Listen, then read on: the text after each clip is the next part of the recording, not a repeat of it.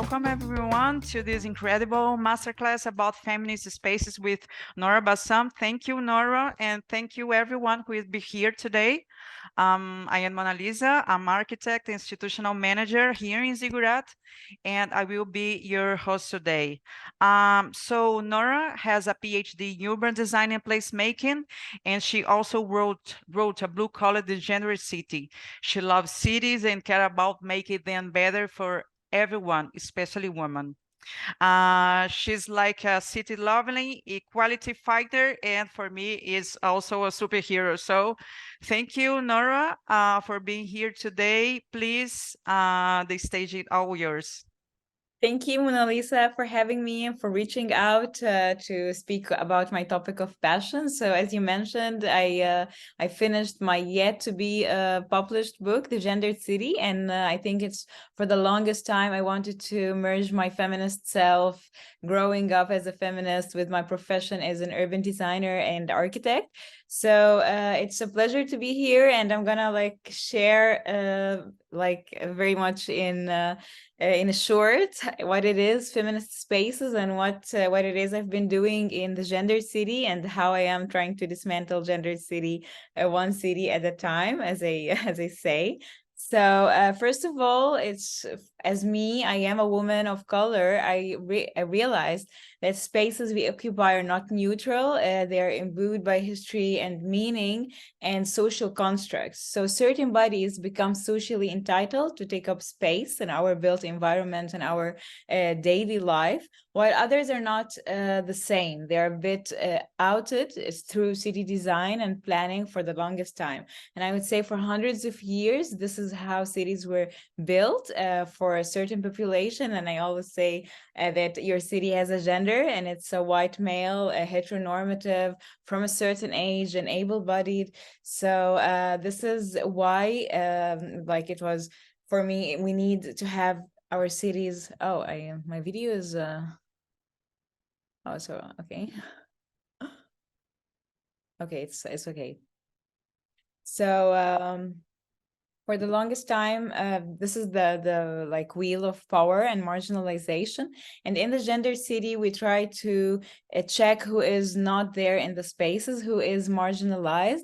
So it is against, and feminist city is for the 99.9%. It's against racism, heterosexism, sexism, classism, and ethnocentrism, transphobia, and ageism. So it is about who is not for the longest time designed in public space.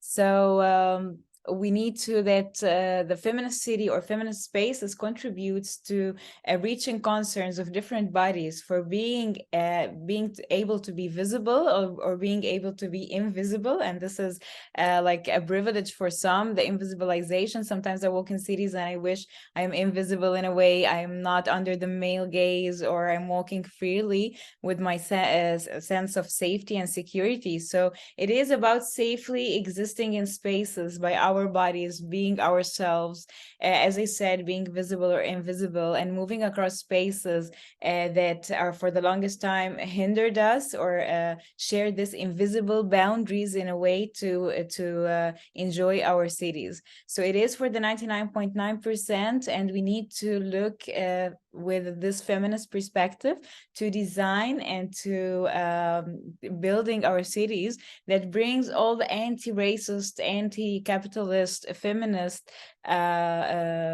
like everyone into city design and places. So it is about creating safer spaces, activism to redesign our spaces for our everyday lives.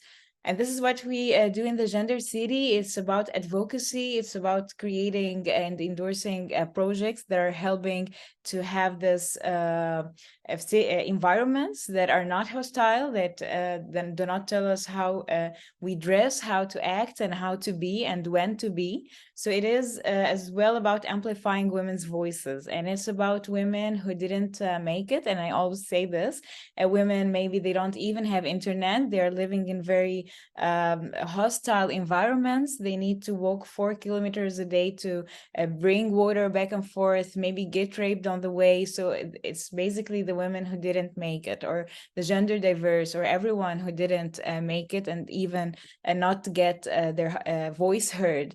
So to articulate this complexity and this diversity of feminist spaces, to explore record acts of resistance through our, as I said, collaborative capacity network in the gendered city. So, and we know that gender biases that we live to up to day, they directly add to the gendered and social economic inequities, and feeding into this whole systematic oppression of women and gender minorities, starting from the pay gaps. Women are the urban poor, and we need to as well navigate from that point of view very much differently our cities. So 2 years ago, I posed how cities keep failing women. It's a research question that and a survey that I try to gather and amplify women's voices online and offline through sharing these women's stories and other identities, how cities fail them in a way or another. It's not only about women, it's aging population, it's gender diverse, it's transgender people. So, and I have this very much one of the closest answers I've got. The relationship I had with this space for a long time in my life was completely aggressive and violent. I was a boy who walked in these streets, suffered physical and verbal aggression from various spaces, more by men and boys. And this sums up in a way how people that are like diverging from the norm can face hindering in the public environment. So we have some data as well, because you need to gather data to convince people that there is an issue. Because some for the longest time you can mention that cities are not working for everyone. We need to check and see them and design them from a gendered lens, and then you can get resistance from people in power or like in municipalities, etc. And then it's, why are you like trying to involve gender in it? So we have data, and gathering data is one of the favorite things I always now do to convince people, no, there is something we need to do about this. So in the UK, 97% of young women have experienced sexual harassment in public. In Ireland, 55% of women feel unsafe traveling in public transport after dark. In Brazil, 12% of trans women have been assaulted in public restrooms. Only 29% of women are in decision-making positions, and only 16% in our profession in the built environment. And in 17 countries, married women cannot travel outside the home as the same way married men do. Young girls occupy only 10% of the MUGA prototype, and this is the multi-game use area. And 90% are young males. So basically, teen girls are designed out of public space, out of parks and recreational area. In the US, 1 in 5 transgender people avoided using public service for fear of harassment.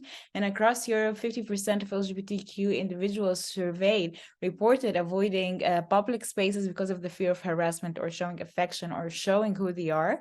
And across the EU, women earn 37% less than men, and it is in the EU, and of course, some countries the gap is even more.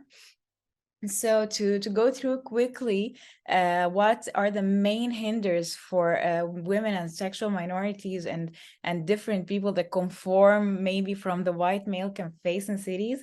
It is safety and security. So we know that sexual harassment and other forms of sexual violence in public space is something that we have all been through, from the gaze, as I mentioned, to gestures, to rape and femicide. So it happens in the streets, in public transportation, in workplaces, and the built environment, basically.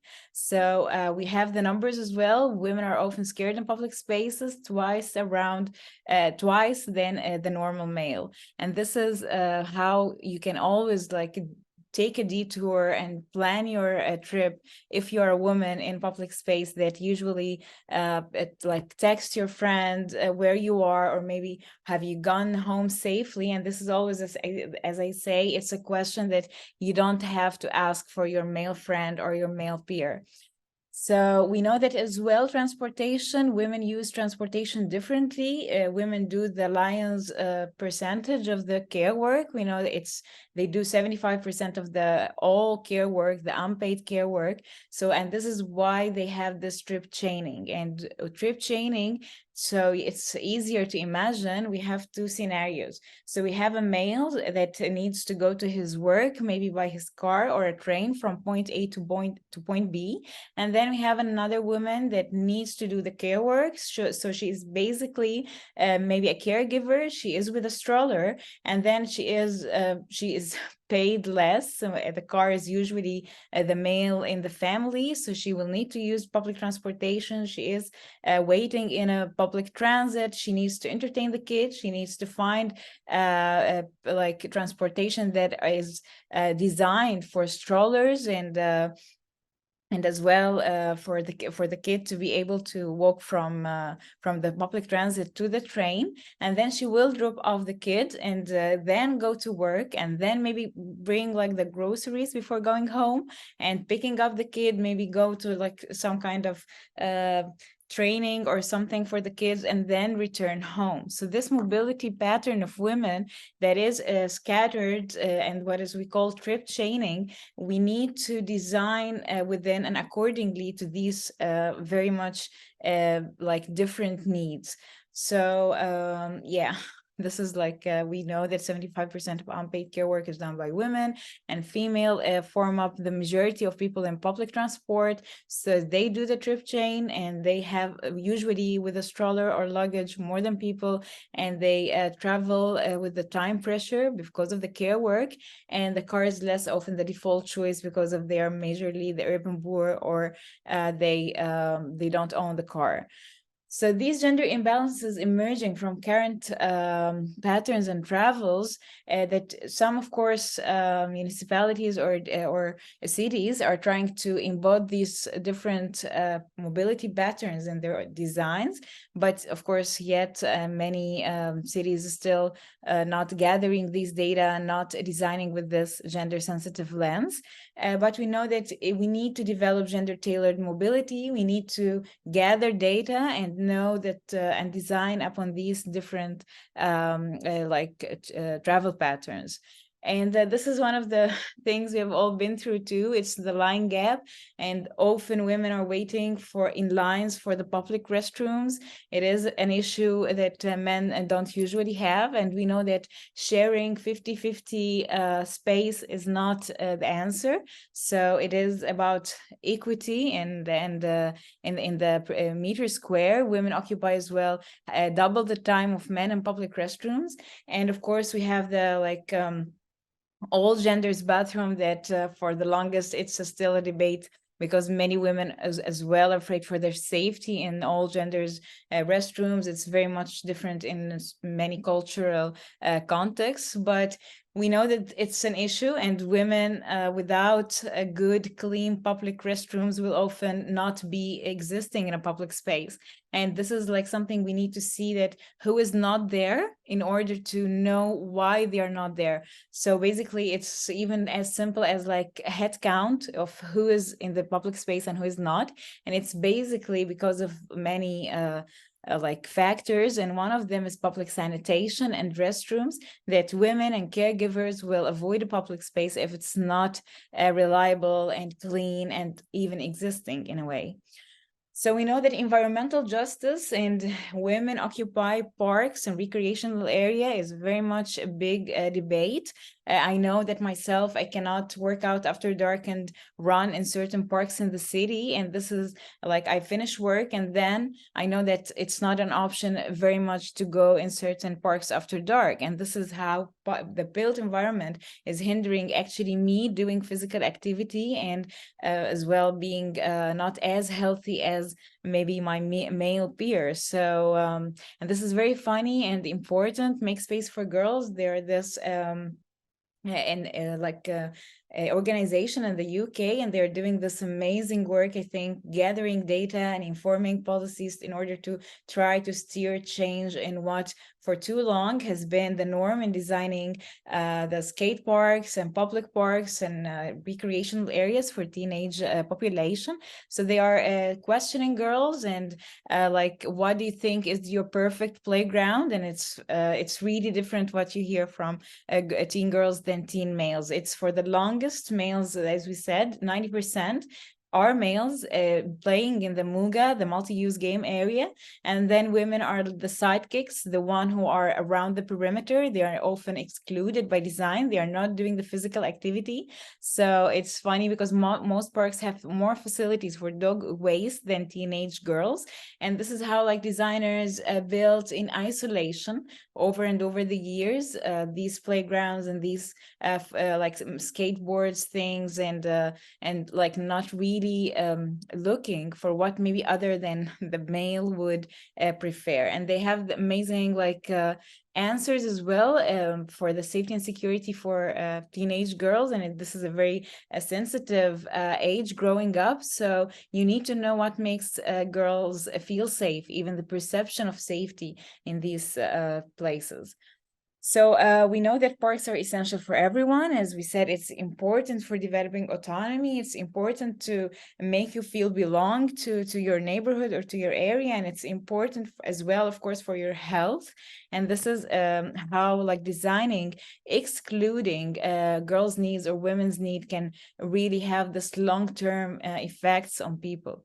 So we don't want to be very pessimistic about how cities are gendered and how it's for the longest designed for males, but we need to depart from the gender city. And this is my favorite part of my book, actually. It's like, let's be optimistic. So what can we do to make it more equitable? So we need to make gender differences visible, and this is, as I mentioned, data collection. Gathering sex disaggregated data and gender disaggregated data is something that is very important. Through campaigns, lobbying, gender training, etc., we need to make it visible so people know something is not working.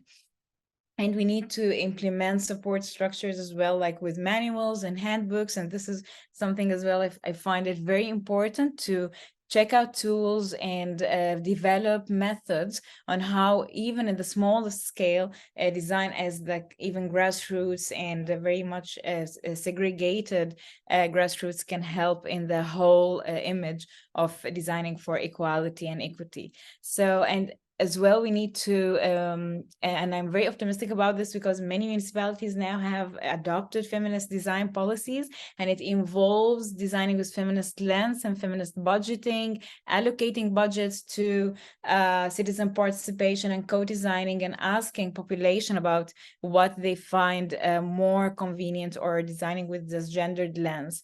So we have challenges that municipal staff, of course, for the longest time, they're not trained on gender issues. So we need to train municipal staff, and this means allocating budgets for this kind of topics. And as I always say, it's about priorities, but it's now time to prioritize this. We know that the lack of safeguarding against violence and abuse, of course, for the longest, it's very much victim blaming, victim shaming, and we need to implement laws and information system on gender-based violence. And cities designed for the default male, we know as far as design itself is concerned, it is for the norm is the male. And this is why gender mainstreaming and designing with gender perspective can steer this change. And of course, harassment in public transport, in some contexts, like in India and Egypt, they found that maybe only female compartments for transportation can solve this issue. But of course, as I always say, and it's my favorite Leslie Kern's quote from Feminist City, no amount of light will dismantle the patriarchy. So we can do, of course, everything we can, but it is very much rooted, and we need to start this generational shifts of how women are viewed in society too. And of course, my favorite one, the gathering the sex disaggregated data and with gender sensitive indicators to contribute to monitoring and evaluating our interventions. And of course, moving ahead with consulting gender experts and knowing what is working and what is not, and who is not there and who is. So thank you very much for this opportunity to share some of my work in the Gender City. And this is our website. It has our partner projects, and it has a lot of articles as well about our inspirators in the field, advocating for some, and etc. So yeah, thank you. Thank you, Thank you, Manuela. Nora. Thank you. Thank you for being here today. Thank you for this important subject, to bring us this important subject. Here, actually, we don't have Q&A. We don't have questions yet, but I have maybe here is someone just asking if we can share this material, or maybe you can share your work between January City, or about your book, or don't people can find where people can find your work better on the internet. You want to share something like that? Yeah, sure. So I am sharing. I will answer. I'm sharing Gender City. .org, and it has as well the countdown for the book. It has a lot of articles that are inspirational for me, and I've written some out of my own work as well. Gendercity.org. So yeah, here it is. Is Okay. answered. Yes. So thank you. I want to invite Elena just to talk a little bit about our master in smart cities management. So Elena, welcome. Do you want to share the information with us, please? Hello everyone. Yes, 1 second. I will share my slide and I will explain you a little bit about the program. 1 second. Here it is. Yeah, for a reason I cannot start my video for the whole for the Oh, I don't know. I never know how to how to fix that. Sorry, Nora. yeah. Technical problems today. Sorry, Yeah, no, everyone. it's okay. Go ahead, Elena. Okay. Well, Nora, thank you very much, first of all, for your interesting and insightful presentation. A couple of words about our program. Well, Master Program in Global Smart City Management. You can see now my screen, right? Yeah. Okay, the program has been designed and tailored specifically for the professionals with the different backgrounds, to understand transversely the ecosystem of the smart city, both from the strategic aspects, strategic management, and from the individual smart city application part. Okay, this program will provide you with a holistic vision and understanding how different smart areas are interconnected. This is very important and something that will allow you to craft effective city strategies and design viable solutions and efficiently implement in the real life. Okay, so this program focuses on the different areas such as, for example, sustainable development, smart economy, urban mobility, smart life, smart governance. Okay, we also focus on the funding mechanism and international strategic policies, and of course the technological aspects, because we are living all in a digital era nowadays. Okay, so this program is much more than just a planning of the city. It's about how to develop city, how to make it more attractive to the end users. It's also about the new opportunities, new opportunities that are created by the field for professionals and businesses. Okay, our program has been developed also by industry practitioners. Okay, it is perfectly aligned with the current needs of the sector. The duration of this program is 1 year, starting now 30th of October this year. And well, before you start the program, first of all, you'll have an access to the preparation courses and materials.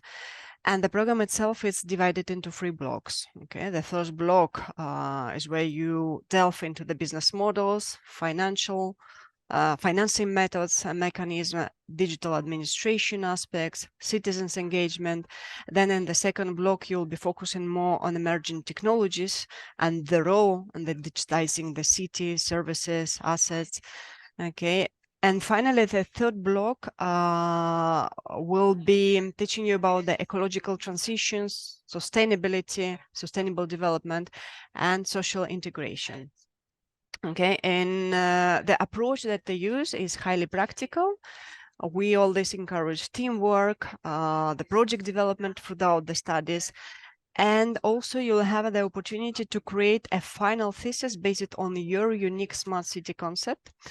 Okay, so the methodology we use in Ziggurat is very flexible. You can study on your free time. And the methodology is also very interactive.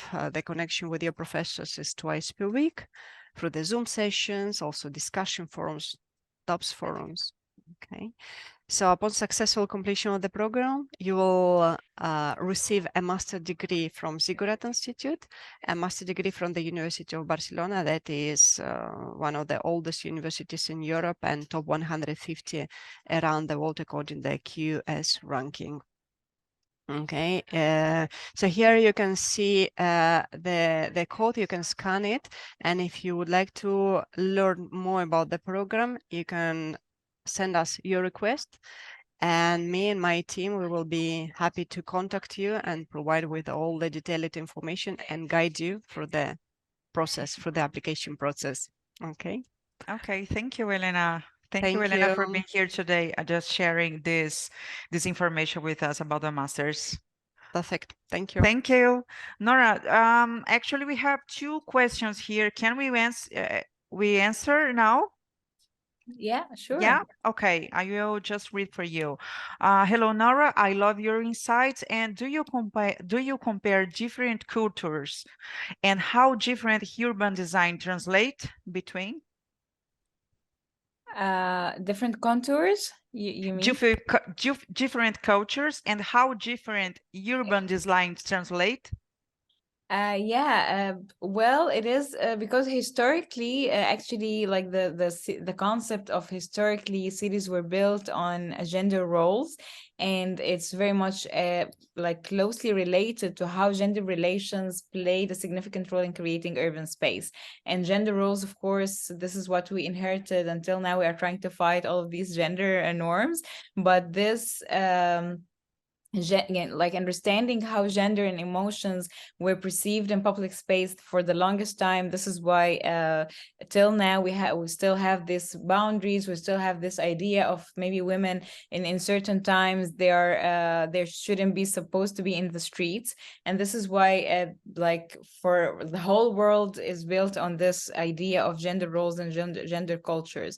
But of course it is well, we know that no country has reached gender equality yet, but a lot of countries are not redressing the whole gender inequity as well as others. And this, of course, belongs to cultural aspects. And as we said, this embodied and performative gender constructs that for the longest time played significant role in shaping the urban experiences and the movement of women in cities. So, but as well, it was in the historical terms regulated in both Western and non-Western countries. But of course, we know that a lot of Western countries trying to divert from the normal gender roles and the stereotypes of women in public space. But the fact this is why it is very much embodied in the designing of cities and designing of the built environment historical wise. And this is all regarding the gender performativity and the gender roles segregation that happened. Women belong in their houses and men are in public space. And this is like historically reinforced till now that some women till now may be viewed out of context when they are using the city in certain areas or dressing in certain way or not conforming to the norm. So, of course, culture plays a very important role. And this is why we always say that we work as urban designers and as planners. But it is very important to know what is the position of women in the society and to start from the family, like with babies, to view life differently and then like gain this respect to women full stop, or any someone who is diverting from what is for the longest conform as the normal, you know. And I hate the word diverging because it's as well like diverging from what, but we know that it's nothing is the normal. And we need to view social constructs this way, and this is when maybe we will have a chance to have more egalitarian cities. Yeah, yeah.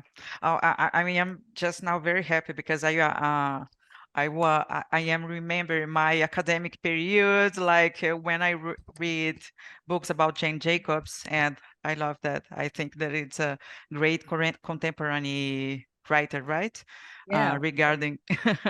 So the last question, do you think that looking into historical examples, particularly places where women ruled, will have for contemporary issues?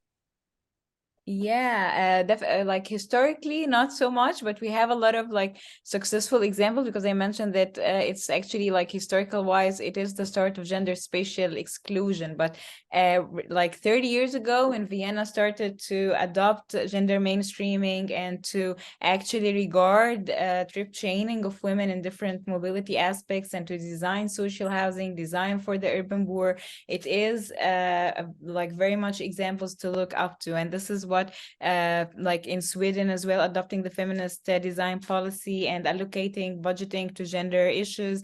And this is why it's like always brilliant to see the examples that worked and actually like people living in these contexts. I think in a way living better than like in other contexts. And this is why it's brilliant, because designing the feminist city, it means designing for all. It means and no one gets to be excluded from the urban space. So, and we know, and we have seen a lot of female mayors like in Barcelona, like in Paris. They've been very much doing this progressive policies towards more maybe cycling routes, like Anne Hidalgo in Paris. I've seen like one of the busiest streets forever, the Rue de Rivoli. Now it's becoming this whole cycling area. It's all about proximities as well, so you can do your care work and you can go to work in a simpler way than in like in very much long distances and having to commute all of these hours in order to do the care work and do the work.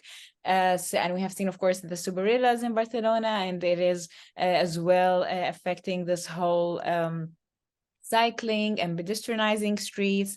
And we know that majorly women are using these routes, so it is making their life easier in a way. And I wish to see like this is not stopping, and this is like actually taking more, like people need this, and it's taking more and more like expanding in a way. Yeah.